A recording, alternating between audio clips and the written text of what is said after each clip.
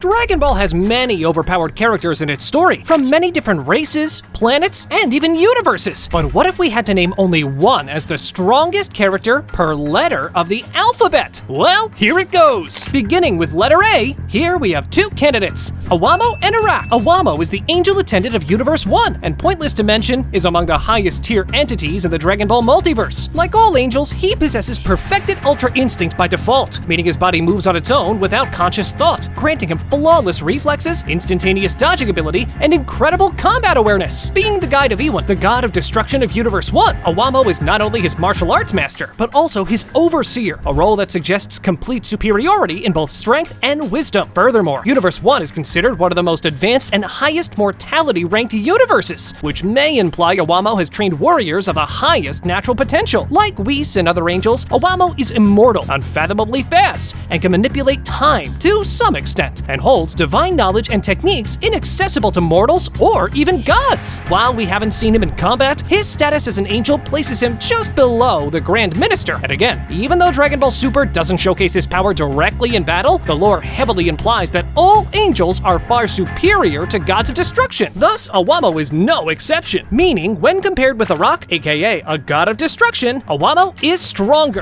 Moving on to letter B, we have three characters in mind, Belmod, Broly, and Beerus. Broly, in his legendary Super Saiyan form, introduced in Dragon Ball Super Broly, showcases insane raw power and limitless potential. He grows exceptionally stronger during battle, pushing Goku and Vegeta to their limits, and eventually overwhelming even Super Saiyan Blue Gogeta, to the point where Gogeta must resort to a full-power Kamehameha to end the fight. He could easily defeat many gods of destruction if he continues to evolve unchecked. Belmod, the god of destruction of Universe 11, is one of the most composed and strategic deities, known more for his planning and use of elite fighters like Jiren than for his own combat feats. While he's powerful enough to earn his role among the top universes, he's never shown fighting directly. However, statements from the manga suggest that Belmod may have once surpassed Beerus in terms of fighting prowess in sparring matches, but Beerus clarifies that such wins don't reflect true strength, just specific outcomes under limited conditions. Beerus, the god of destruction of Universe 7, remains the benchmark. His power has only been hinted at but never fully displayed. He's far stronger than any mortal in his universe and was able to effortlessly defeat Super Saiyan God Goku with ease. Even when Goku masters Ultra Instinct Sign, Whis implies that Goku still hasn't surpassed Beerus. In the manga, Beerus is shown easily defeating multiple other gods of destruction in a sparring battle. His destruction techniques, Hawkeye energy, raw speed, and combat intuition keep him at the top. While Broly's potential is terrifying and Belmod is an elite deity, Beerus currently stands above both in actual combat ability and divine power.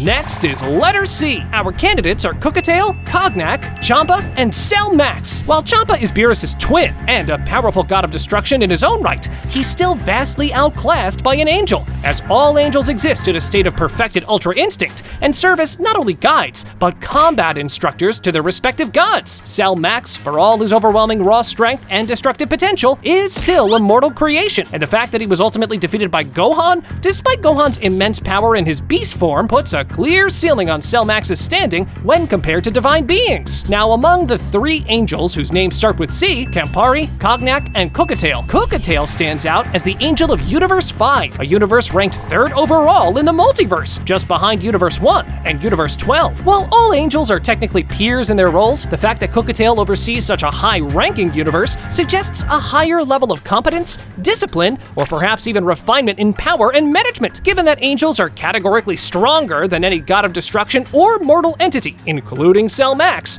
Cookatail clearly stands at the top of this group. For D now, we have two candidates, Daishinkan, aka the Grand Priest, and Dabura. But to be fully honest, in reality, there's only one right answer here, Daishinkan, aka the Grand Priest. Dabura, once dubbed the King of the Demon Realm, was a powerful being in the Buu Saga, considered to be around the same level as Perfect Cell. He possessed considerable magic abilities, including his signature stone-spitting attack and dark magic, and was strong enough to pose a temporary threat to Gohan. However, in the grand scheme of Dragon Ball power power scaling, especially after the introduction of gods, angels, and Zeno-level entities, Dabura became largely irrelevant as stronger characters quickly overshadowed him. In contrast, Daishinkan, or the Grand Priest, is one of the absolute strongest beings in the multiverse. As the father of all angels, including Whis and Vados, Daishinkan not only possesses perfected Ultra Instinct, but is said to be the most powerful fighter among the angels, a tier that already eclipses all gods of destruction.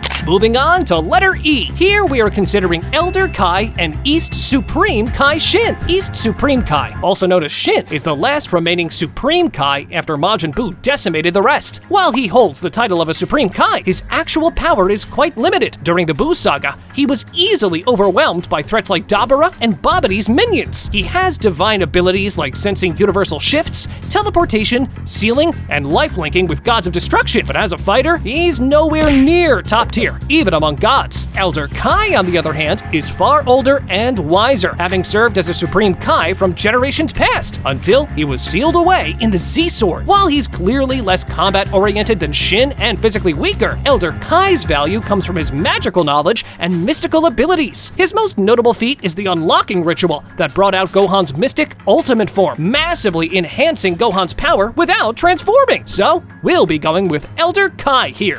Then we have F, that is quite interesting in my opinion. We have Fused Zamasu, Frieza, and Frost. Fused Zamasu is the Potara fusion of Goku Black and future Zamasu, combining the body of a Saiyan with godly ki and the immortality of a Supreme Kai. This fusion grants him both incredible offensive power and near indestructibility. His sheer power allows him to evolve into a corrupted, reality-warping entity that nearly consumes the entire multiverse. It takes Zeno's intervention, literally erasing the timeline, to stop him, which speaks volumes about the existential scale of his threat. So having said that, even if Frieza became incredibly more powerful in recent chapters, he's still not a threat that requires Zeno's intervention. And well, Frost is even weaker than that. And now the moment you've been waiting for, the letter G. We have Goku, Gohan, and Goku Black here. Goku, as of the latest arcs, has mastered Ultra Instinct, a divine state of being where his body reacts independently of thought, granting him flawless defense, staggering speed, and overwhelming offensive power. Gohan, especially in his beast form, introduced in Dragon Ball Superhero, is an explosive force of nature. This form unleashes Gohan's full, latent power, and even surpasses his prior mystic ultimate state by orders of magnitude. Beast Gohan defeated Cell Max with a single special beam cannon, showcasing a power spike that likely rivals or surpasses Goku's Super Saiyan Blue, and possibly nears Ultra Instinct tier strength. Goku Black, on the other hand, was terrifying in his arc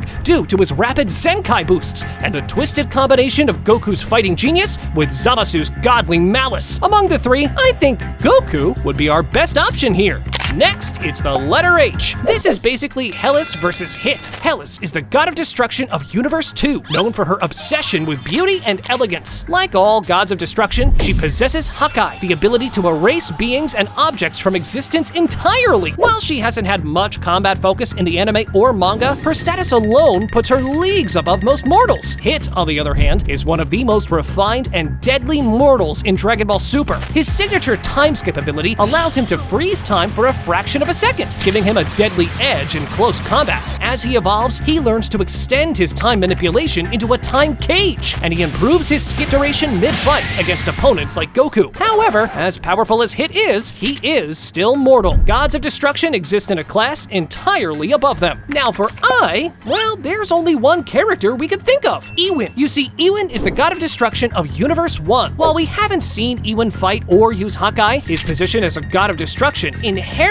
places him far above most mortals, and even many fused or enhanced fighters. He wields the same destructive abilities as the other gods, including Hakai, and would logically have combat prowess sufficient to destroy planets, stars, or even universes if needed. On to letter J, and Jiren versus Jimizu. Jiren is one of the most powerful mortals in all of Dragon Ball Super. His power surpasses that of even some gods of destruction, as stated outright in both the anime and the manga. During the Tournament of Power, he was able to overpower Super Saiyan Blue Goku, Vegeta, Hit, and others others without breaking a sweat. Took Ultra Instinct Goku, a divine level transformation, just to stand a chance. And even then, Jiren pushed Goku to his absolute limit. Plus, it is said that his strength surpasses the strength of his universe's god of destruction. Jimizu, also from Universe 10, is a stealthy, sneaky fighter who participated in the Tournament of Power as well. But well, let's not waste time. Jiren is the obvious pick here. On to the letter K, we've got Corn versus Kale. Corn is the angel attendant of Universe 8, and like all angels, exists in a permanent state of perfected Ultra Instinct, meaning he can react and attack without conscious thought. He serves as the martial arts teacher to the god of destruction of his universe, and by default, this places him above that god in combat ability. Kale, on the other hand, is a powerful, mortal Saiyan from Universe 6, who transforms into a legendary Super Saiyan form similar to Broly's. In this berserk state, her raw power is tremendous. She overwhelmed multiple fighters during the Tournament of Power, and even clashed with Super Saiyan Blue Goku. But at the end of the end, the better option here is, of course, Corn. Moving on to L, we have Lakir versus Lavender. Lakir is the god of destruction of Universe 8, a fox-like deity with 3 tails and immense divine power. As a god of destruction, he possesses the standard arsenal of Hawkeye energy, immortality, divine ki, and universe-level destructive capability. Lavender, on the other hand, is one of the trio of danger from Universe 9, a skilled and cunning fighter who relies on poisonous attacks to overwhelm his enemies. He gave Gohan a decent fight during the Tournament of Power, especially when Gohan was trying to avoid harming others unnecessarily. However, Lavender's power is still well within mortal limits, so Lakir is the best choice here. For M now, we have Margarita, Miras, Mule, and Martinu. Aside from Mule, who is a god of destruction, the rest are all angels. Miras was a trainee, so he's the weakest angel. Margarita is the angel of Universe 11, while Martinu is the angel of Universe 12. Universe 12 is ranked second, so among the two of them, I'll be going for Martinu here. Next is N, aka Neva versus Nail. Neva is an elderly Namekian, as well as the creator and guardian of the Demon Realm Dragon Balls. He is the last one of his kind, who remains there due to the role he fulfills and is regarded by others as the legendary Namekian. Neva's main strength lies in his tremendous affinity for magic. He created the Demon Realm's Dragon Balls and is capable of manipulating any Dragon Balls to a level far beyond what's been shown of other Namekians, demonstrated when he gathered the Earth's Dragon Balls despite being turned to stone and returning them to their original state, even when the necessary time window had not passed. While Nail is just a powerful Namekian warrior from Universe 7, he was the strongest Namekian alive at the time of Frieza's arrival on Namek, and his strength was significant compared to other Namekians. However, even after fusing with Piccolo, Nail's strength became more of a supportive boost rather than a dominant force on its own. Compared to divine tier beings, Nail is extremely low on the scale and cannot really compare. Moving on to the letter O, here the noteworthy characters we can consider are Olibu, Oolong, and Ox King. Olibu was a legendary warrior who lived during his lifetime on Earth and was said to have performed great feats, earning him a spot in the Otherworld's Grand Kai's realm, a place reserved for the greatest fighters of the afterlife. While he never got much screen time, he was portrayed as one of the strongest deceased heroes in the Otherworld, strong enough to be training alongside characters like Pikan. Ox King, Goku's father-in-law and Chi-Chi's father, was once considered a powerful martial artist during the early Dragon Ball days, but was nothing really extraordinary, especially when considering the later power scaling of the Dragon Ball franchise. Oolong now is a shape-shifting pig with no combat ability. While his transformations are humorous and sometimes strategically useful, they're cosmetic and have a time limit. He's more of a comic relief character than a fighter, and wouldn't last in any kind of battle scenario. The best option here is Olibu, and the next letter is P. Piccolo, Purina, and Mr. Popo as our candidates. Piccolo has undergone massive growth throughout Dragon Ball, evolving from a former villain into one of Earth's most reliable and intelligent warriors. By the time of Dragon Ball Super Superhero, he achieves 2 new forms: Potential Unleashed, often called Ultimate Piccolo, and then Orange Piccolo, a god-tier transformation granted by Shenron. In this form, Piccolo rivals top-tier fighters and even holds his own against Cell Max, a foe with power on par with Broly. His strength, durability, battle strategy, and enhanced ki sensing all put him firmly in the upper echelon of Dragon Ball fighters today, far beyond what he was during the Cell Saga or even the Tournament of Power. Purina, on the other hand, is a Namekian warrior from Universe 6, who, alongside Saiyan, fused with dozens of other Namekians from his home planet to become an extremely powerful fighter. In the Tournament of Power, Purina shows impressive durability and strength, enough to fight evenly with Piccolo for a while. However, that version of Piccolo was still holding back compared to his later orange form. Mr. Popo, while mysterious and spiritually aware, is not a combatant on the same level as either of the Namekians. He served as Kami's attendant and is often used to train young fighters like Goku and Krillin in early Dragon Ball. But by Dragon Ball Z and beyond, his strength is mostly symbolic. He likely remains strong by human standards and perhaps has some knowledge of divine matters. But in terms of actual power, he's nowhere close to Piccolo either. Moving on to Q, where the only strong character I could think of was Quitella. He's the god of destruction of Universe 4, and he even once beat Beerus in an arm wrestling match. He isn't necessarily stronger than Beerus, to be fully honest, but that feat alone still counts as a testament of sheer strength and power, even if he did cheat a bit in the process. Let's keep going, and the next letter is R. The most notable characters here are Master Roshi, Rumshi, and Ribrianne. Ribrianne was a comedic but surprisingly powerful fighter during the Tournament of Power. In her Super Ribrianne form, she could go toe-to-toe with several Universe 7 fighters and even pressure Android 18. Her power came from love-based energy and ki blasts, and she had decent durability and offensive strength. However, she was ultimately eliminated and isn't on the same level as top-tier fighters like Goku, Vegeta, or even Piccolo. Master Roshi is an old-school powerful. During Dragon Ball Super, he shockingly performs well in the Tournament of Power, dodging attacks using near-instinctual movement, and even eliminating stronger fighters through experience and technique. His ability to resist illusions, deliver powerful Kamehamehas, and even teach some of the strongest fighters in the multiverse earned him a spot as one of the fan favorites. But well, he can't combat with Rumshi. You see, Rumshi is the god of destruction of Universe 10, a massive elephant-like deity whose divine status places him far above most characters in raw destructive power. Like all gods of destruction, he possesses Hakai, immortality, and universe erasing capabilities. While he's portrayed as sluggish and not as combat-driven as other gods, the mere fact that he holds the title of a god of destruction means he is categorically stronger than most mortals like Ribrianne or Roshi.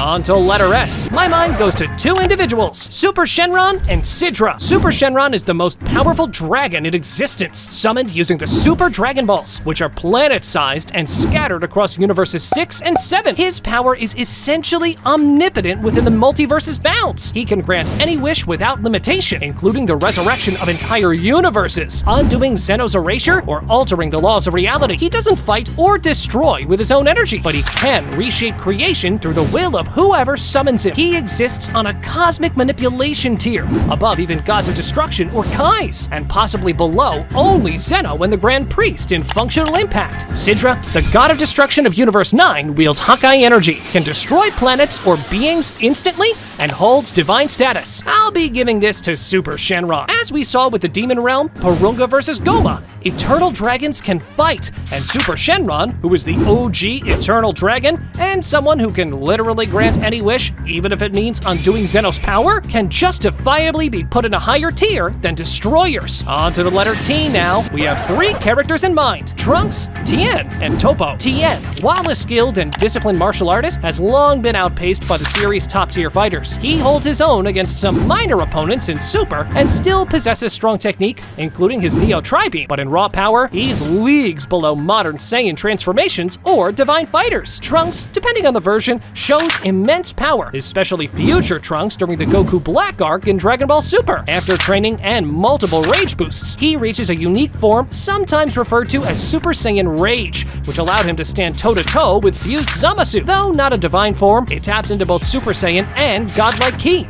making Trunks exceptionally powerful. But my actual choice is Topo. You see, Topo was named as a candidate to become a god of destruction. That's how much of a powerhouse he really is. In the Tournament of Power, once he unleashes his god of destruction mode, he accesses Hakai energy, giving him the ability to nullify attacks and erase objects or opponents entirely. This transformation boosts his physical power, defense, and aura to godlike levels, allowing him to clash evenly with fighters like Golden Frieza and Android 17. On to letter U, we only have Oob in mind. Oob is the human reincarnation of Kid Buu, and he holds immense potential as he's destined to become one of the strongest Earthlings in the Dragon Ball universe. While he's introduced at the very end of Dragon Ball Z as a shy but gifted boy, Dragon Ball Super gives us deeper insight into just how powerful he really is. According to the Grand Kai, and later confirmed by Dende and even Goku himself, Oob has god-level ki hidden within him, a result of being the reincarnated form of Kid Buu, but now with a pure heart. In Dragon Ball Super, during the Galactic Patrol Prisoner arc, it's revealed that Oob's energy is so potent that it could be used to restore the universe tree,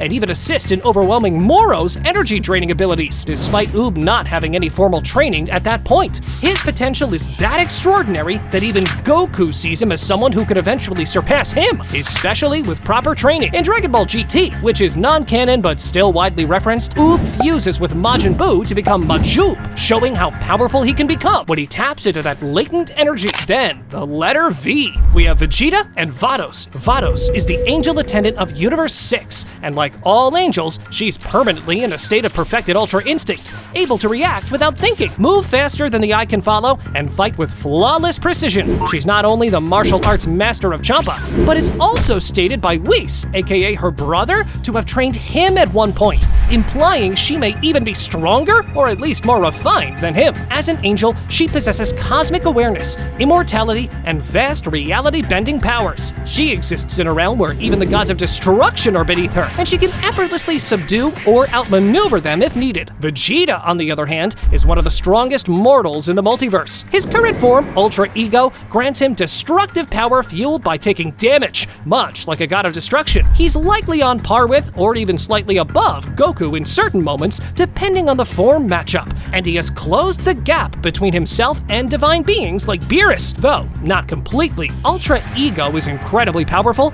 but it's still not enough to rival angel-tier beings who operate on a higher dimensional scale of speed, precision, and divine control. On to W, and we have Whis and West Supreme Kai. Not many things need to be said about Whis. He's an angel with power even greater than that of Beerus. When compared, Beerus is still stronger than everyone else in Universe 7, including the West Supreme Kai. So yeah, Whis here takes this round. On to letter X, and we've only got Shansa. Not many things need to be said. Again, he took part in the Tournament of Power on behalf of Universe 4. Since he wasn't even shown that much, we're just gonna put him here and just keep on moving. Next is letter Y. We have Yamcha, Yakon, and Yajirobe. Yakon is a beast-like warrior from the Demon Realm who served under Babidi during the Majin Buu saga. He was strong enough to fight Super Saiyan Goku, even if only briefly, and had the ability to consume light and energy, feeding on Goku's ki to power himself up. Yamcha, once a prominent fighter during the early Dragon Ball and early DBZ days, gradually fell behind as the Saiyan and Namekian power levels skyrocketed. By the time of the Android saga, and certainly by Dragon Ball Super, Yamcha is no longer in serious contention as a frontline warrior. That said, he is still a capable martial artist, far stronger than normal humans, and could easily take down early DB characters and minor threats. Yajirobe, while brave in certain moments, has never been portrayed as a serious combatant. He has strength and durability above average humans and trained under Korin, but that's about it. Overall, we give this to Yakon. And for the last letter, we have Z. Here, it's either Zalama or Zeno. Zalama is the creator of the Super Dragon Balls and the father of Super Shenron,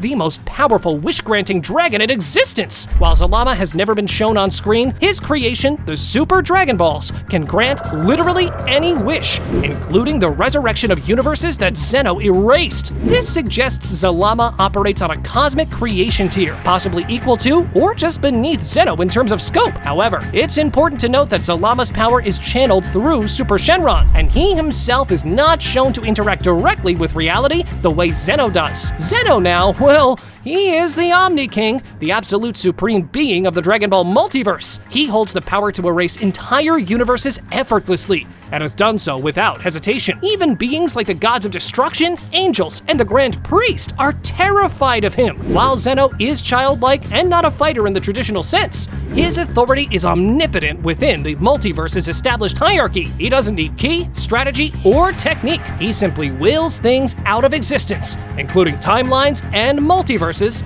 and they vanish instantly. Click on this video next, where I'm explaining as well as ranking all 32 plus 1 fusions in the world of Dragon Ball. Go on, check it out!